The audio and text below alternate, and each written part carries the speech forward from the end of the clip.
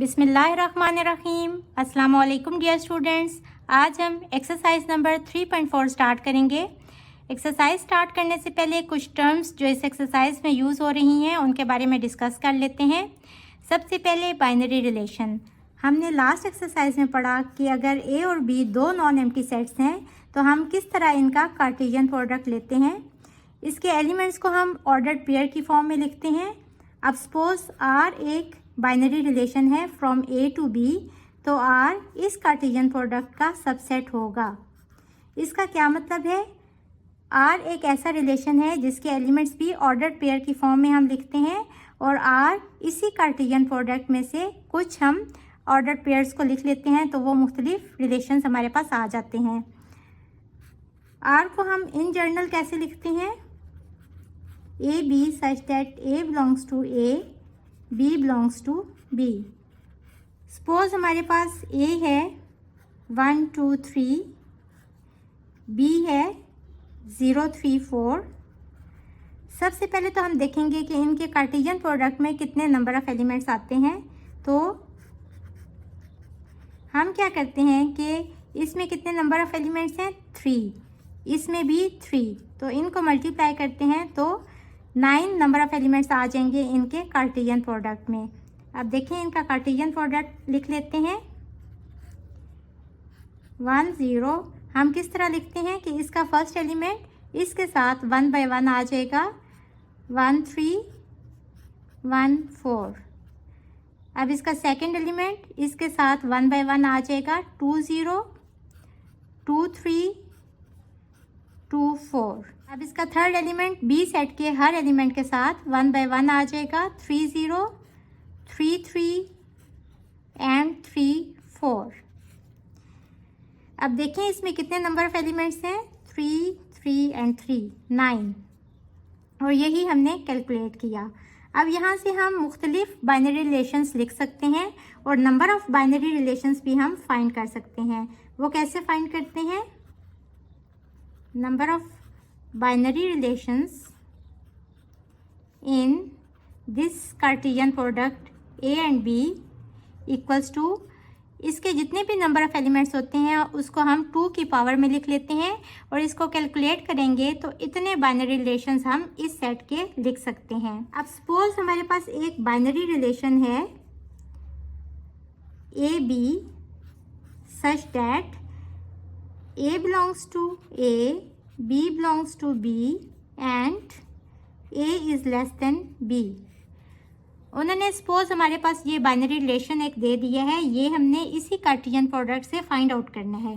तो देखें क्या कंडीशन है कि जो पहला एलिमेंट है वो सेट A का है, जो सेकंड एलिमेंट है वो सेट B का है and A is less than B, A B से छोटा होगा। तो यहाँ देखें A जो है 1 है, B 0 है, तो A B से छोटा नहीं है, इट मीन्स कि ये तो नहीं आएगा। अब यहाँ देखें, यहाँ पहला एलिमेंट दूसरे एलिमेंट से छोटा है तो ये आ जाएगा इसमें 1 3, इसी तरह 1 4 भी आ जाएगा। अब 2 0 आएगा, 2 इज़ नॉट लेस देन 0, तो ये भी नहीं आएगा। 2 इज़ लेस देन 3, ये आ जाएगा। 2 इज़ लेस देन 4, ये भी आ जाएगा। 3 इज़ नॉट लेस देन 0, तो ये भी नहीं आएगा। 3 के इक्वल है, ये भी नहीं आएगा। एंड 3 इज़ लेस देन 4, ये आ जाएगा। तो ये हमने इस कार्टेशियन प्रोडक्ट में से एक बाइनरी रिलेशन लिख दिया। सपोज ये R1 है। अब देखें जब हम बाइनरी रिलेशन लिख देते हैं इसके बाद हम डोमेन और रेंज का भी बता सकते हैं। तो इसका जो फर्स्ट एलिमेंट है वो डोमेन होती है और इसका सेकंड एलिमेंट जो है वो रेंज होती है। यहाँ देखें डोमेन ऑफ R1 क्या होगा? 1 2 एंड 3, और रेंज ऑफ R1 क्या होगा? 3 4 3 एंड 4। तो चलिए स्टार्ट करते हैं एक्सरसाइज नंबर 3.4 का question number 1। Question number 1 is find the number of binary relations in the following cases. हमने यहाँ A और B सेट दिए गए हैं तो हमने बताना है कि यहाँ से कितने बाइनरी रिलेशंस बन सकते हैं। A equals to 1 3, b equals to 0 2 4। तो यहाँ number of elements of A कितने हैं 2 and number of elements of set B कितने हैं 3। तो इनके कार्टेशियन प्रोडक्ट में कितने नंबर ऑफ एलिमेंट्स होंगे 2 मल्टीप्लाई बाय 3 इज 6। तो जब हमने फाइंड करने हैं नंबर ऑफ बाइनरी रिलेशन, तो हम कैसे फाइंड करते हैं कि हम इसको 2 की पावर में लिखते हैं। तो दिस इज 64। इसका सेकंड पार्ट देखें, number of elements of set C equals to 7 और इसमें हमने बाइनरी रिलेशन बताना है। तो यहाँ ए की सेट दिया गया है, जब ए की सेट दिया गया हो तो हम उसका उसी के साथ बाइनरी रिलेशन बना लेंगे। तो देखें c multiply by c it means के 7 multiply by 7 is equals to 49 and number of binary relation in this set is 2 की power 49। So this is our answer. इसका थर्ड पार्ट देखें, d इक्वल्स टू 135। अब जब भी हम number of binary relation find करते हैं तो वो हम हमेशा कार्टेशियन प्रोडक्ट के ऊपर फाइंड करते हैं। अब इधर एक ही सेट दिया हुआ है तो हम इसके अपने साथ ही कार्टेशियन प्रोडक्ट लिखेंगे और उसमें कितने नंबर ऑफ एलिमेंट्स हैं, इसमें 3 नंबर ऑफ एलिमेंट्स हैं तो 3 मल्टीप्लाई बाय 3 इज 9। अब हमने फाइंड करना है number of binary relation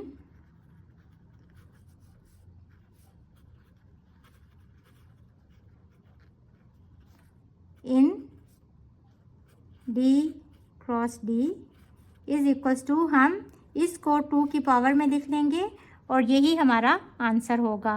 question number 2 is find all possible binary relations in the following cases mentioning the number of binary relations in each case. यानी हमने इन सब cases में बताना है कि कितने पॉसिबल बाइनरी रिलेशंस बन सकते हैं और हमने नंबर ऑफ बाइनरी रिलेशंस भी बताने हैं। यहाँ देखें, सबसे पहले हम कैलकुलेट करेंगे कि इसमें कितने नंबर ऑफ बाइनरी रिलेशंस बन सकते हैं। तो उसके लिए सबसे पहले हम इनके कार्टेशियन प्रोडक्ट में कितने नंबर ऑफ एलिमेंट्स हैं वो कैलकुलेट करेंगे। तो यहाँ सेट ए में 3 नंबर ऑफ एलिमेंट्स हैं और सेट बी में 1 ही नंबर ऑफ एलिमेंट है, तो इसका आंसर आ गया 3। और अब हम नंबर ऑफ बाइनरी रिलेशन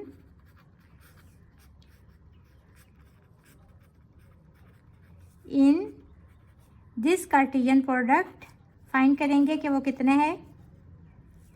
तो हम इसको 2 की पावर में लिख देते हैं और आंसर इज 8। तो इट मीन्स कि हम यहाँ से 8 बाइनरी रिलेशंस लिख सकते हैं। तो सबसे पहले हम इसका कार्टेशियन प्रोडक्ट फाइंड कर लेते हैं। वो हम कैसे फाइंड करते हैं कि हम इसके हर एलिमेंट को इसके साथ सबसे पहले लिखेंगे और चूंकि सेट बी में सिर्फ एक ही एलिमेंट है तो इसलिए ये एक दफ़ा सबके साथ आ जाएगा। 3√5 एंड √5 3√5। ये हमारे पास ए और बी का कार्टेशियन प्रोडक्ट आ गया। अब हम इससे ऑल पॉसिबल बाइनरी रिलेशंस लिखेंगे तो हमारे पास 8 बाइनरी रिलेशंस आने चाहिए। फर्स्ट बाइनरी रिलेशन को हम R1 से डिनोट करेंगे और ये होते हैं 5 और इसको हम एम्प्टी सेट भी लिख सकते हैं।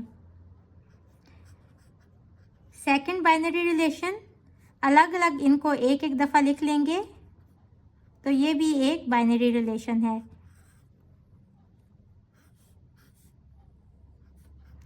R3 third binary relation √3 and 3√5।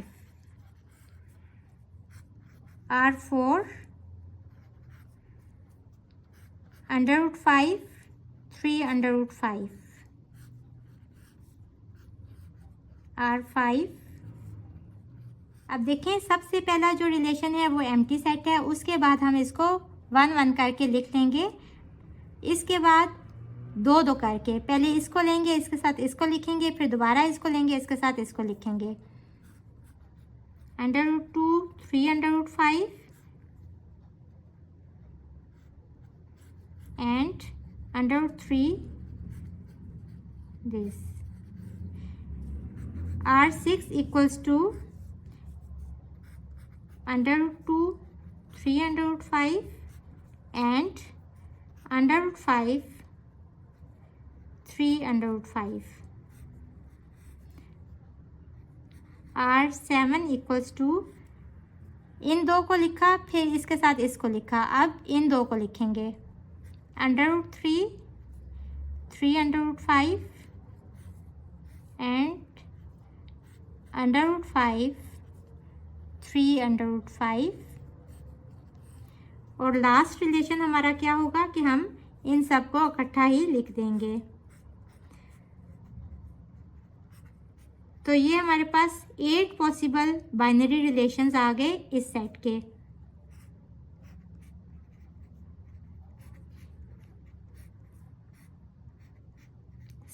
यही हमने बताना था।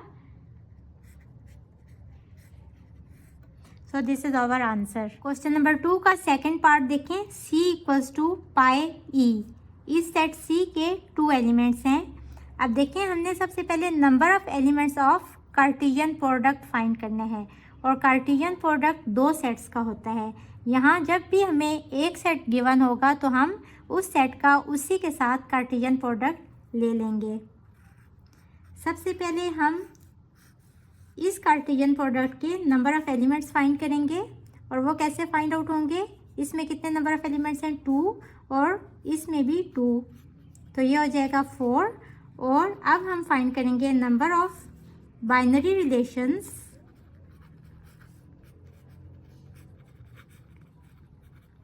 ये जितने भी नंबर ऑफ एलिमेंट्स होते हैं इसको हम 2 की पावर में लिख देते हैं।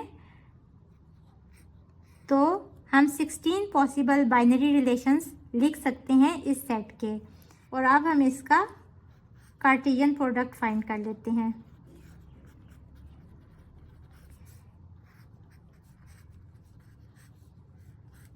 इसको हम ऑर्डर्ड पेयर की फॉर्म में लिखेंगे, पाई पाई पाई ई, फिर इसका सेकेंड एलिमेंट ई पाई, और फिर इसके साथ सेकेंड एलिमेंट के साथ ई। अब देखें, यहाँ से क्या पता चला कि इसमें कितने नंबर ऑफ एलिमेंट्स हैं 4, जितने हमने कैलकुलेट किए थे। और अब इस कार्टेशियन प्रोडक्ट से हम 16 बाइनरी रिलेशंस लिखेंगे। तो सबसे पहला बाइनरी रिलेशन क्या होगा, 5 यानी कि एम्प्टी सेट, और इसके बाद इसको हम 1 बाय 1 करके लिख लेते हैं। तो ये भी हमारा अलग अलग बाइनरी रिलेशन होगा। This is R2, R3 is equals to pi E, R4 equals to E पाई, R5 equals to E, R6 equals to, अब देखें 1 1 वाले ख़त्म हो गए, अब हम 2 2 को मिला के लिखेंगे, पाई पाई पाई E।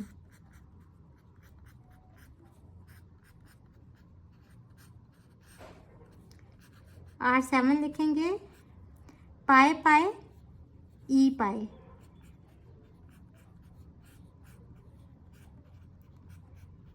हम सीक्वेंस वाइज चलेंगे ताकि हमारे रिलेशंस पूरे हो जाएं।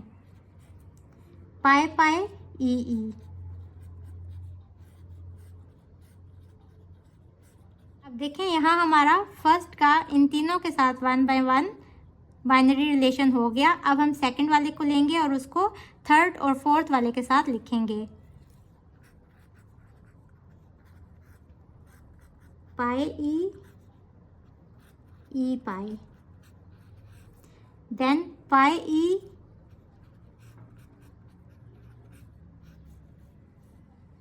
ये होगा R10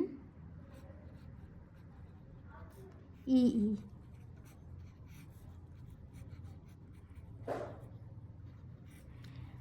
अब देखें, इसको भी हमने एक दफ़ा इसके साथ लिखा, एक दफ़ा इसके साथ लिखा। अब हम इन दोनों को भी इसी तरह लिख लेंगे, ई पाई ई। अब देखें, हमारे डबल डबल पेयर वाले ख़त्म हो गए। अब हम 3 3 लेंगे। पहले 2 को लेंगे, इसके साथ एक दफ़ा इसको लिख लेंगे, एक दफ़ा इसको लिख लेंगे, पाई पाई पाई ई पाई,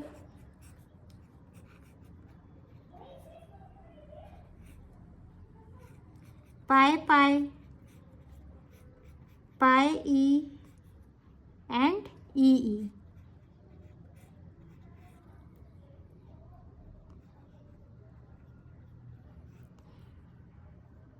अब देखें हमने 2 को लिया, इसके साथ एक दफ़ा इसको लिख लिया, एक दफ़ा इसको लिख लिया। अब हम इसको स्किप करते हैं, इसके साथ इसको लिखेंगे पाई पाई, ई पाई एंड ई।